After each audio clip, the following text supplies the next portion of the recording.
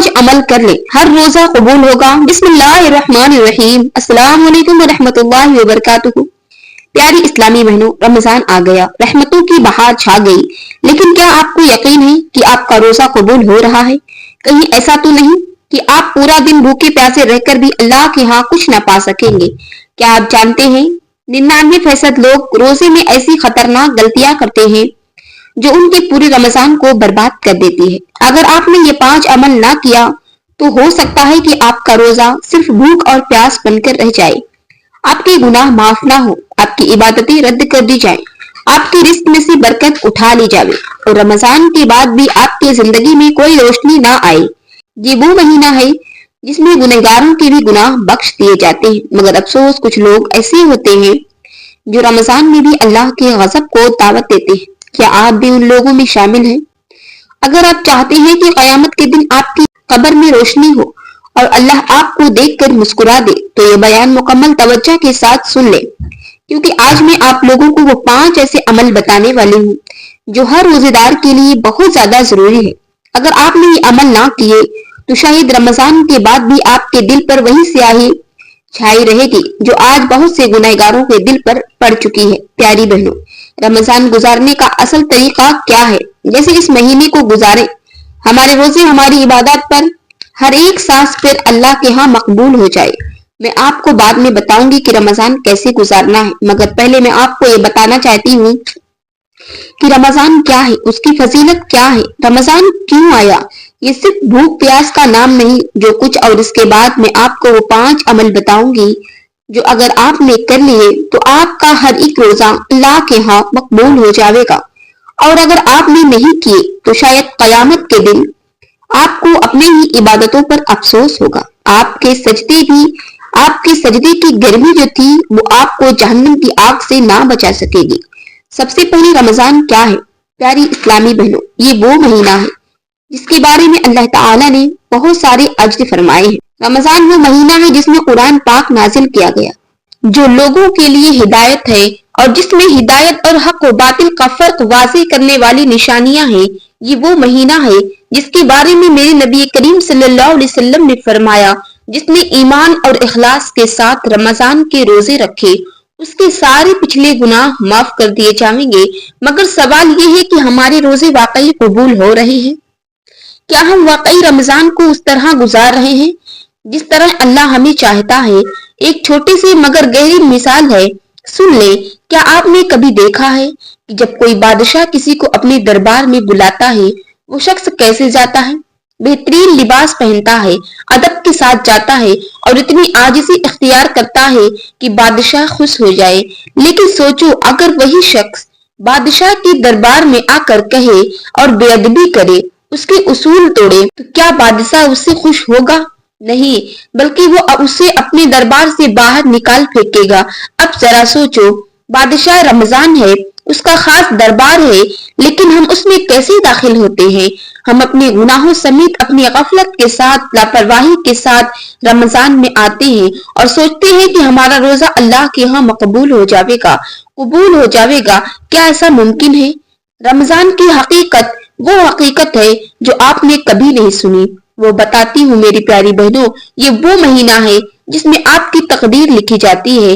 جی ہاں، لیلۃ القدر میں فرشتے آسمان سے زمین پر اترتے ہیں اور آپ کا اگلا سال لکھ دیا جاتا ہے۔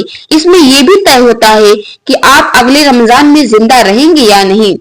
کتنے لوگ پچھلے رمضان میں ہمارے ساتھ تھے مگر آج وہ اس دنیا میں نہیں ہیں۔ کہیں ایسا نہ ہو کہ رمضان ہمارے لیے آخری رمضان ثابت ہو۔ وہ مہینہ ہے، رمضان وہ مہینہ ہے جس میں اگر آپ نے اپنی قسمت نہ بدلی تو شاید اگلا موقع نہ ملے گا۔ کیا آپ جانتے ہیں کہ نبی کریم صلی اللہ علیہ وسلم نے فرمایا، رمضان میں جس نے ایک دن بھی گناہ کر لیا وہ شخص رمضان کی برکتوں سے محروم ہو گیا۔ سوچو، اگر رمضان میں بھی ہم برکتوں سے محروم ہو گئے تو پھر ہم کس دن سدھریں گے؟ کیا اللہ ہمیں موقع دے گا یا موت سے پہلے ہمیں معافی ملے گی؟ کیا معافی ہم کو مل پائے گی؟ ایک ایسا سوال ہے جو آپ نے کبھی نہیں سنا۔ یہ جانتے ہیں کہ شیطان رمضان کے بعد سب سے زیادہ خوش کس انسان پر ہوتا ہے؟ وہ ان لوگوں پر خوش ہوتا ہے جو رمضان میں عبادت بھی کرتے ہیں، نیکیاں بھی کرتے ہیں، لیکن بعد میں پھر سے گناہوں میں پڑ جاتے ہیں۔